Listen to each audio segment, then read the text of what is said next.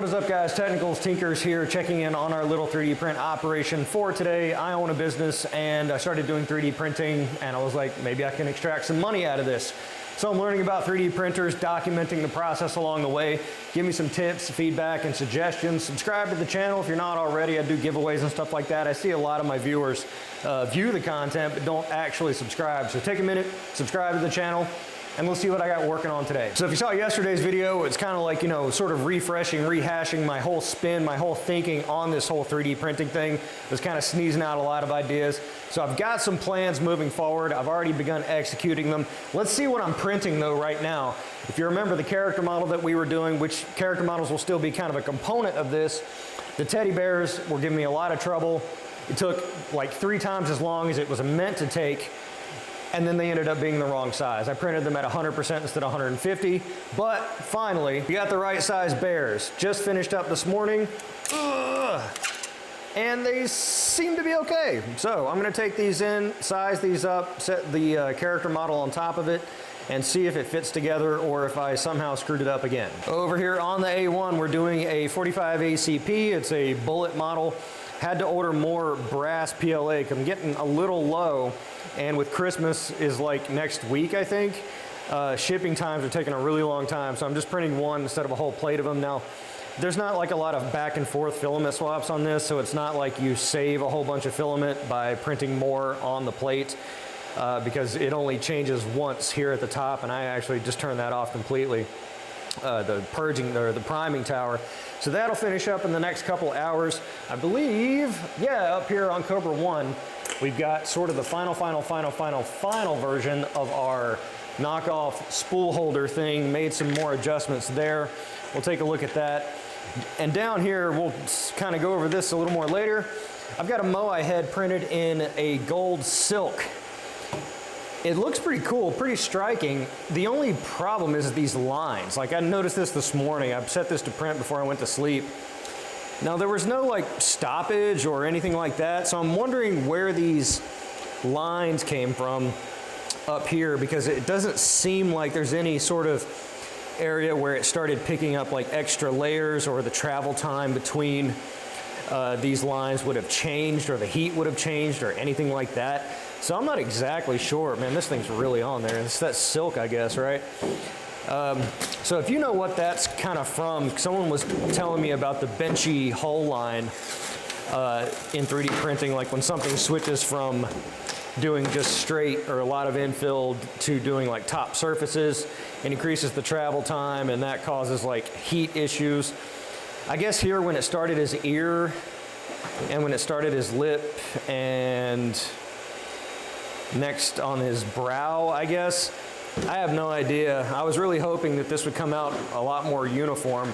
I'm still gonna list it. I'll just probably put it in for cheaper, which is kind of like, you know, maybe the way to go. But otherwise, I mean, just imagine it if it didn't have those lines. It'd be pretty cool and striking, right? That silk PLA is cool stuff. And the real story, the Orange Storm Giga, what's going on? So if you've been following, you know I've been printing this car part, this car fender, special order for a subscriber. When it came out, I had some layer adhesion issues, restarted the print. I showed it to him and he's like, I'm not kind of funny about it. Like, can you redo it? I'll send you more money. And I'm like, say less, fam, I got you. So I went ahead at my own personal expense. I'm just the nicest guy, am I? Am I not? Went ahead and reprinted this, but before that I did a flow test on the Giga using Orca Slicer. I did a flow test, calibrated it in, nudged it up just a little bit, and printed this top section that was previously had the issue. Now, I think it's a little hot, it's a little stringy. I mean, that's kind of the name of the game with Pet G. I kind of think every time I've printed Pet G, it's been at least a little stringy. But the layer adhesion looks good, maybe a little bubbly on the surface, but overall there's no major issues, no major problems. Came out crispy clean. So what I'm doing is I'm actually reprinting the bottom section that I had that came out fine on the other one, just to have it be a little more consistent with that Pet G. It's Elegoo Rapid Pet G. I got some more on the way, but I should have plenty enough to do this. This one is scheduled to take, well, I think it says it's an hour, 20 minutes in. This is I believe a 14-hour print.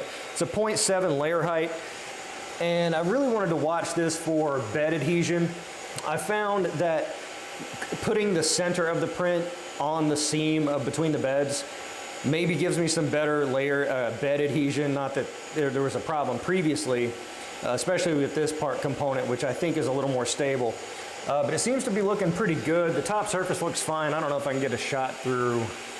No, not really through the crack. I don't want to take the thing off, but it's looking pretty good, so I'm very optimistic about that. All right, and so yesterday's video was admittedly a little clickbaity, but hey, that's the name of the game. You got to make the videos, and people talk about the videos being long, and I don't like long videos either. As a YouTube enjoyer myself, I prefer short form videos, but if you make the videos long, then it's likely to serve it up because YouTube wants people watching a long time because they want more ad revenue. So that's I'm just kind of playing the game here. But yesterday's video was sort of a like, you know, am I done throwing in the towel kind of thing?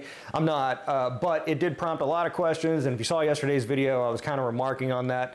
I'm sure there's going to be a lot of conjecture to the comments on that because I'm shooting this days ahead of time. But you know, it prompted a lot of questions like, you know, I'm kind of all over the place and I don't like doing post-production, and I keep finding myself doing these things that will require more and more post-production. And when I say post-production, when I'm saying that, I'm thinking things like painting, things like gluing and sanding and buffing and making things look perfect, because a lot of the prints are aesthetic prints. That kind of post-production I am allergic to completely. The other kind of post-production is things like doing brass heat inserts or doing like accoutrements and fittings that are part of it, like putting bearings and things, making functional prints that have post-production. I'm kind of cool with that because that makes a functional item and it ultimately leads to a functional product that people may be more inclined to buy. So the plan is print Moai heads. No, not exactly. I'm splitting up my Etsy. I'm not sure. It seems to be within the TOS. I know there's a lot of people that run multiple Etsys. And so right now I have one Etsy shop that has sexy cyborg, sex slave character models, giant Moai heads, enormous T-Rex skulls, giant guns, crypto mining shrouds. It's just sneezed out all over the place. There's no cohesion, and ultimately it hurts because if someone's coming in there to buy a Moai head and they're like, oh, what other kind of, you know, sleek, modern sort of decor do you have?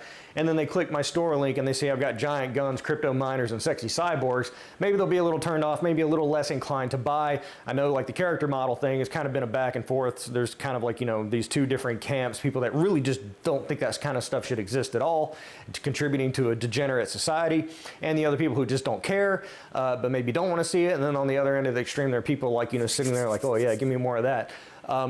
You know, I want to cater to every audience. So I think splitting up the Etsy into really three main categories. One, functional prints. My current shop, that's kind of where I plan to keep that. Art prints, which are like, you know, safe for work art prints. And then another thing that's off in the corner that, you know, that's that's sitting in the cuckold chair. That kind of stuff, degen prints. So that's kind of how I'm going to structure it. My only problem, the really thing that kept me from doing that previously is my star seller status and my reviews. Like I have a track record on my main Etsy, and so I'm deciding like, you know, well, what does my main Etsy get? What do I leave that one as? And I think ultimately the functional prints is where I'm going to leave that. So I'm going to spin up an art. I've already done that. Spin up an art one, spin up a degen print sort of thing. Kind of split and migrate everything over that direction. I've already begun the process on that, and so I think ultimately long term that'll probably play a little better, and then when I move into other platforms, depending on the platform of course, I can look into those options as well. I'd love to know what you think in the comments. If you're an Etsy seller that does varying product categories, do you split it up? You know, if there's a real sort of stark difference between the types of products that you're selling. I don't mean things like, you know, pen holders that are purple versus pen holders that are green. I mean sexy character models versus crypto mining shrouds. You know, those things don't really mesh to get, well, I guess they kind of do. Crypto people are kind of little wackadoodle. But you get the idea. Do you split it up? Let me know what you do in the comments. And so further to that, the art prints, because I've been on this Moai head kick lately, Ujoy Bio sending in filament to print a big Moai head. I just finished the paint and the pictures, put a picture here of the one on my Etsy, the big Moai head, just finished painting that in granite.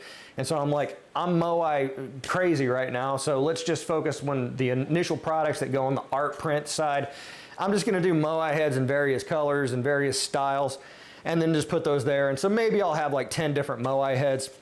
You know, you can market these as headphone stands, even though they don't have the little headphone bracket on it, or just, you know, desk ornaments, and you can modify these in any number of ways to make them pen holders or piggy banks or sexy sideboard Moais, I don't know. So that's kind of the thinking is like, you know, just focus on the one product, offer a million different variants, and then you put it on the shelf and then maybe you sell it. This is actually a glow in the dark Moai head. It's not dark. Let's turn the lights off. Still too lit. I got my damn technical sign in here illuminating everything. All right, so I got my headlamp here. This is the one I'm cruising around at night looking for sexy cyborgs. This is the headlamp I use. So it's like 8 billion lumen.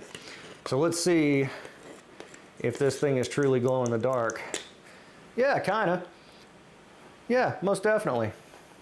Certainly glow in the dark. When I was looking around on Etsy, I didn't see really any that were glow in the dark. There's maybe some that I missed, but figured what the hell, I got that glow in the dark filament. I've been meaning to use it, so let's just throw together a little Moai head here. I forgot to turn off infill on it, so it is super ultra solid, and someone's gonna get a very solid Moai head. This is unfortunately as big as I can do it on the bamboo. I was a little funny about running the glow in dark stuff on a Cobra, but I did get a coat of paint on the bigger Moai. This is like just the second version. I've already got one of these. This was the test one that I had screwed up. If you saw my painting video, came out pretty good. That textured stuff really just kind of evens it all out. So gonna throw that one on as well. Probably start adjusting prices, not be as aggressive just to generate additional sales. And I'm optimistic about it. All right, so we got our teddy bear finally after 900 attempts. Looks okay. The arms kept failing, so I added additional supports there. I did this at a very aggressive layer height. I think it is a 0.24 or a 0.28, just because I was like, I gotta get this thing done. It came out just fine. I mean, it's a pretty simple model, so you don't really notice it. So I'm gonna do this live. I've not done this before. Here's the base that she goes on. Have to peel the brim off of that. And so the little feetsies go there, kneesies go there. Well, let's see, the bear fits into the back here. Again, this print's from Dark Digital. You pay a monthly fee and you get access to all their files. And I gotta tell you something. This one is about the most tame file that they have. They have many things on there, so check them out if you're so inclined. And yeah, she fits right there. So this little character model, she's sitting here leaning over on a teddy bear. She's got big bazungas and a large dump truck, and she's playing Xbox like a casual normie. But yeah, very cool print. I mean, I think the coloring came out fine.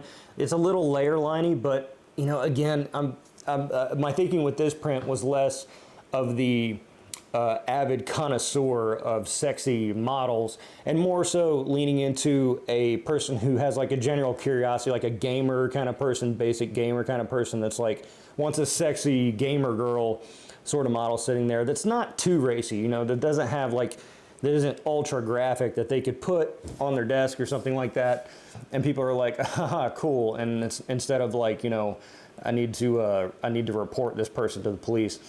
So this is going to be probably the first product that I list on the DGen Prints Technicals After Dark, whatever I want to call it, sort of site.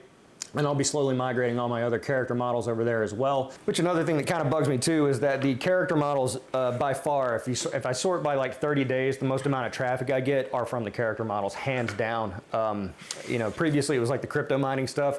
Now it's the character models 100%. And I think a lot of it has to do with the thumbnails but you know, the thumbnails are pretty, they're not misleading. It says, you know, NSFW 18 plus character model, spicy print kind of thing. And people still click it, people still favorite it, so there's traffic for that kind of thing, just not as many sales, and I think, again, a lot of it has to do with price, but, you know, previously, like, there was a lot of uncertainty with the character model prints because I had such high failure. Now I'm a little more confident with the settings. I know what will fail, what won't, especially if I've got a proven print that I've, you know, been able to repeat. So maybe I can start adjusting price down and just kind of make my peace with the fact that, you know, hey, I'm not going to make $100 per character model print, but if I can rip $20, then hey, that's pretty good. So that's what's going on in the world today. I'd love to know what you think about all that in the comments below, especially, you know, the fact of kind of changing tune a little bit, maybe not focusing on the big art prints that require painting, that require that artistic post-production as much.